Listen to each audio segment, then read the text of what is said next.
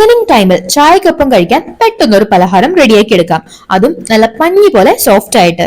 തയ്യാറാക്കി എടുക്കാനായിട്ട് 1/2 കപ്പ് പഞ്ചസാര, 1/4 കപ്പ് തിളപ്പിച്ചാറിയ പാല്, 1 teaspoon vanilla essence, 3 table spoon instant coffee powder ചേർത്ത് പഞ്ചസാര മെൽറ്റ് ആക്കി കിട്ടുന്ന രീതിയിൽ നല്ലതുപോലെ തന്നെ ഒന്ന് ബീറ്റ് ചെയ്ത് മിക്സ് ആക്കി എടുക്കണം. ഇനി 2 കോഴിമുട്ട ചേർത്ത് കൊടുക്കാം. അതിനോടൊപ്പം 2 ടേബിൾ സ്പൂൺ ബട്ടർ മെൽറ്റ് ചെയ്തത് അല്ലെങ്കിൽ ഇതേ അളവിൽ തന്നെ കുക്കിംഗ് ഓയിൽ ചേർത്ത് മിക്സ് ആക്കി എടുക്കാം. 1/2 കപ്പ് മൈദ ചേർത്ത് കൊടുക്കുന്നുണ്ട്. 1 സ്പൂൺ ബേക്കിംഗ് പൗഡർ. ഈ മൈദയ്ക്ക് പകരം നമുക്ക് ഗോതമ്പ് പൊടി എടുക്കാവുന്നതാണ്. ഈ ഒരു തിക്നെസ്സിൽ വേണം ബാറ്റർ റെഡിയാക്കി എടുക്കാനായിട്ട്. വേണമെന്നുണ്ടെങ്കിൽ കുറച്ച് ചോക്ലേറ്റ്സോ അല്ലെങ്കിൽ നട്ട്സോ ഒക്കെ ചേർത്ത് കൊടുക്കാം. ബേക്ക് ചെയ്യാനായിട്ട് ഇതുപോലെ കുട്ടി കുട്ടി ബൗൾ എടുക്കാം, അല്ലെങ്കിൽ കേക്കിന്റെ ട്രേ എടുക്കാം.